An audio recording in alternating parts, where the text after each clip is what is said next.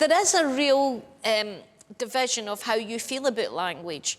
I have to speak clear so that people watching this can understand what I'm saying. But when I do the voiceover videos, Nicola speaks like, shut it or I'll stick my toe up the crack of your ass. I think it's good to be a bit of a chameleon.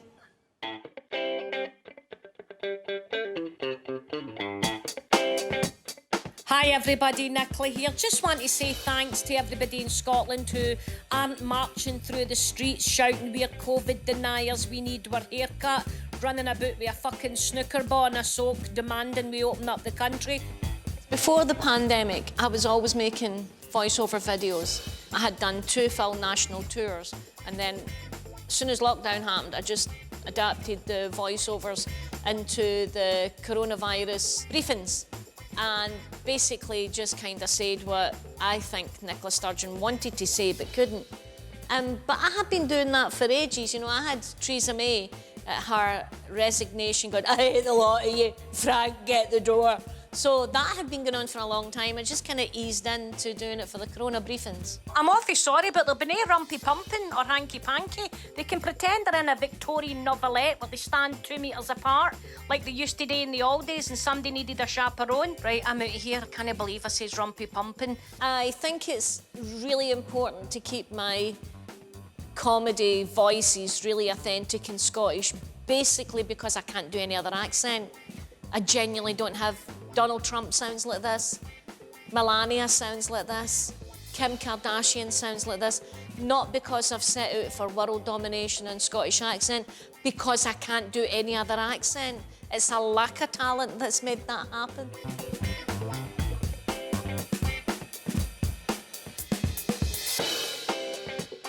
People think that I put on that accent to sound more working class. But I'm actually from here. I'm in the East End of Glasgow just now. This is where I'm from. This isn't my natural accent. This is an accent I've had to hone so that I can go on just a minute and have I got news for you. If you could have went back 30 years ago, back into that pub in the Carlton and heard me speak, even I don't know if I would have understood me. I've got videos of me at my daughter's birthday party and I'm like, what am I saying? She's only 3 and I'm like, actually we can get chocolate cake.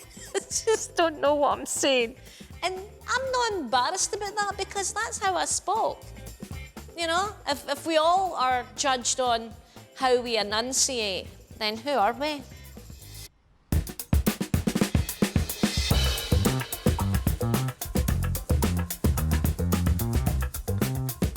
I was 18 when I first moved here and I got married. And if you look up there, see up there, that red building? That was the building in the pub that I lived in. And I used to come down here all the time, go to the People's Palace, the Winter Gardens. I was never out the green. I never thought, when I was an 18-year-old bride walking up these paths, that I'd one day be a playwright or an author or a comedian. But I had loads of ideas when I had the pub. I used to write everything down, all the wee stories, and I've still got them. So it's as if I knew one day I was going to have to write them again. And my married name was Story, which I dropped. Should have just kept Story. I was Janey Story for so long. My sister still, she sent me a Christmas card to Mr. and Mrs. Story. I'm like, I've legally been Janey Godley since 1994, but doesn't matter. My dad called me Janey Story right up to his death as well. My mammy, Annie, had a very dark sense of humour, so I know where I get it from. People used to say to my mammy, you know, your house is really dirty, Annie. She used to say, Myra Hindley was immaculate. And I like that. I like that that's how far she went with that comparison. Basically, she's saying it doesn't matter how clean your house is, as long as you don't kill Waynes. I miss her sense of humour. She had a very sharp, dark sense of humour. I don't think you have to have a traumatic life to be funny. I think there's a certain type of comedy comes with working class lives, but I don't think it makes it any better. I mean, look at Lawrence Fox, he's hysterical. Is he a comedian? Oh, look at that lovely Doug. Hello, gorgeous Doug. Hi there. Is he okay? You got me through lockdown. Oh, By the way, bless so you. Thank you so much. What's he called? It's Ruby. Is that a she? Ruby, Ruby, Ruby, Ruby, Ruby, Ruby. Hiya, Ruby. Am I getting love, Ruby? Am I getting all the love, Ruby? You not get your wee sausage, dog? She couldn't walk the length of herself. She's a wee grump. And you. I've been working with the National Theatre on a thing that I created called Alone. I think the National Theatre, when the brief came through, it was like, could you do a piece of theatre reflecting how you feel during the lockdown? And I think they expected me to do comedy, but I wrote a piece about a woman who was engulfed in coercive control. Likes his rules, does my Jim. Keep your hair tidy, Betty, keep it up. Don't wear too much makeup, don't draw attention to yourself. Keep your voice quiet. Be nice. If we got in my handbag and organise it all. Jim, the whole thing. Organise every bit in my handbag, like to look after me. My mother was murdered by a man who coercively controlled her, and we never get any justice for it. And watching her in that relationship when I was younger nobody really cared back then. So it's a very, it's a love letter to her, really. Likes his rules, Jim. Every night, 8:30, he would decide what we're watching on TV, writes it all down, and then it would be, Betty, bring the tea. I'd come out with a tray. It would be the china cup, the china pot, the saucers, the sugar bowl, the milk bowl, the silver spoon, the fruit scone, the plain scone. Loves his routines, there's Jim. So we've done part 1, part 2. I've now recorded part 3 and we're about to record part 4, and I'm super excited about that. So I think Betty is grown. She realises that now that she's alone, she is more open to the world than she was when she was a couple. And I think that is very true of most people, not just women, but people who are in coercive, controlled relationships. This is what they call lockdown hair, Bobo. Need to get my roots done.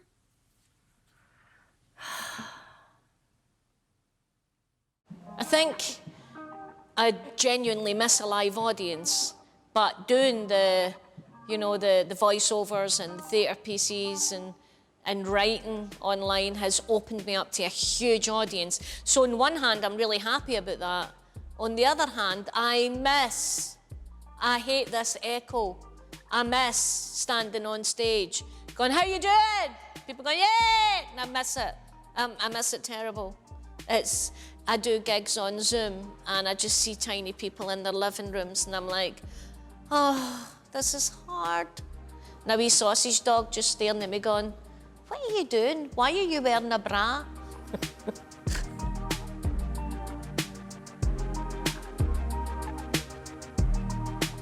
Some people love my comedy. Some people hate my comedy.